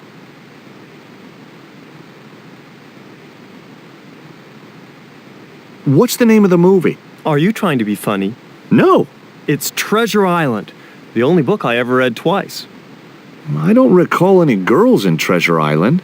Gotta think box office. People like that kind of thing. What other changes have you made to the story? Just a few minor details. You haven't written out Long John Silver. Are you questioning my integrity as an artist? Of course Silver's still in it. We've even hung on to Captain Flint. His parrot. His trained attack falcon. Why do you think Blind Pew's blind? Did you say you've changed the ending of the story? That's right. Do they find the treasure? Yeah, but that comes later, after they've escaped the volcanic eruption. A volcano? Sure. Krakatoa. All the millions spent on a movie, and nobody thinks to buy an atlas. Who's playing Jim Hawkins? Haiku McEwen. Oh, don't tell me you've never heard of him. I don't go to the movies too often. Jeez. Haiku is only the hottest teen star in Hollywood. That's why we're on such a tight schedule. Gotta film the close-ups before he hits puberty. You don't look happy. Why should I be happy? Look at that cave. It's supposed to be where the treasure is. So? Look at it. It's crap. Does that look like the sort of place anybody would hide treasure? I should have had props build me a proper damn cave. A cinematic cave. What do you mean, a cinematic cave? One with drama. Danger. One that looks like the mouth of a big stone skull would be cool, but I'd settle for drama and danger. Why don't you use that cave up on the rock pillar at the end of the beach? We don't have a stuntman anymore. Hey, I'll do the stunt. I appreciate the offer, but if you fall, you'll sue us. No, I won't. Everybody hear that? I heard it. Good enough, we're covered. Got any experience? Death-defying leaps, desperate fistfights, getting caught in explosions, you name it. Okay, people, move out. We're shooting the scene at the end of the beach. No, we're not. The camera's still bogged down. Shoot, I forgot about that. No go, Stobart. We'll have to use this cave after all. It was a portable movie camera. Mr. Hawks doesn't like that cave. He says it isn't cinematic enough. Well, that's just too tough. The camera's bogged down in the sand. If he wants the shot done today, it'll have to be that cave. There's a pretty good cave over on the other side of the bay. The one up in that finger of rock? We'd need a stuntman. You got a stuntman. We ain't got no stuntman. Bird injured his back doing that dumb wall jump. Flash? Yep. We can't film at the Needle Rock because the camera's bogged down, right? You got it, champ. So why can't we use the portable camera instead? You know, that's a pretty smart idea. There was nothing else I wanted to ask the cameraman. I've been talking to the cameraman. He's got a portable camera. So? So you can use the cave in that rock pillar at the end of the beach. That's a dramatic cave if ever I saw one. We ain't got a stabilized harness for it. The camera'll wobble. Did D.W. Griffiths have a stabilized harness when he made Birth of a Nation? You're right, damn it. Hitchcock, Wells, none of them needed one. For crying out loud, Sam Raimi stabilized his camera on a plank. Props, get me a plank. We're gonna wing it. Hot dog. We're gonna do a cinema verite pirate movie.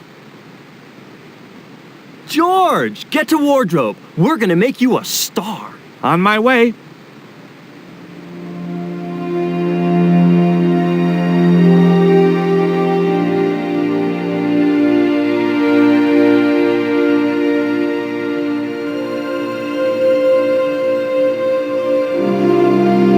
Ready when you are, Mr. Hawks.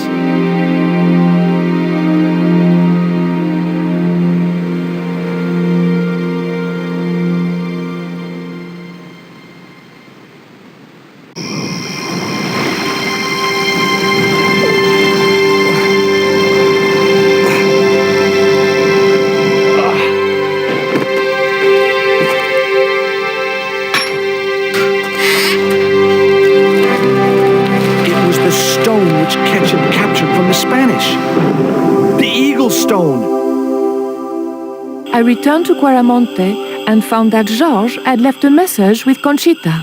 He'd already left for the Indian village, so I hurried to catch up with him. When I arrived, I found a scene of desolation.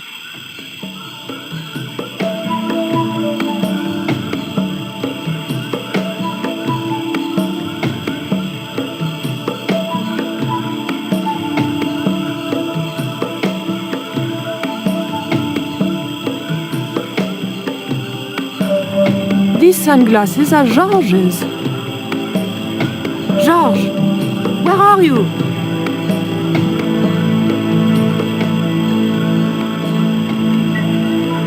Titipoco, I'm almost glad to see you.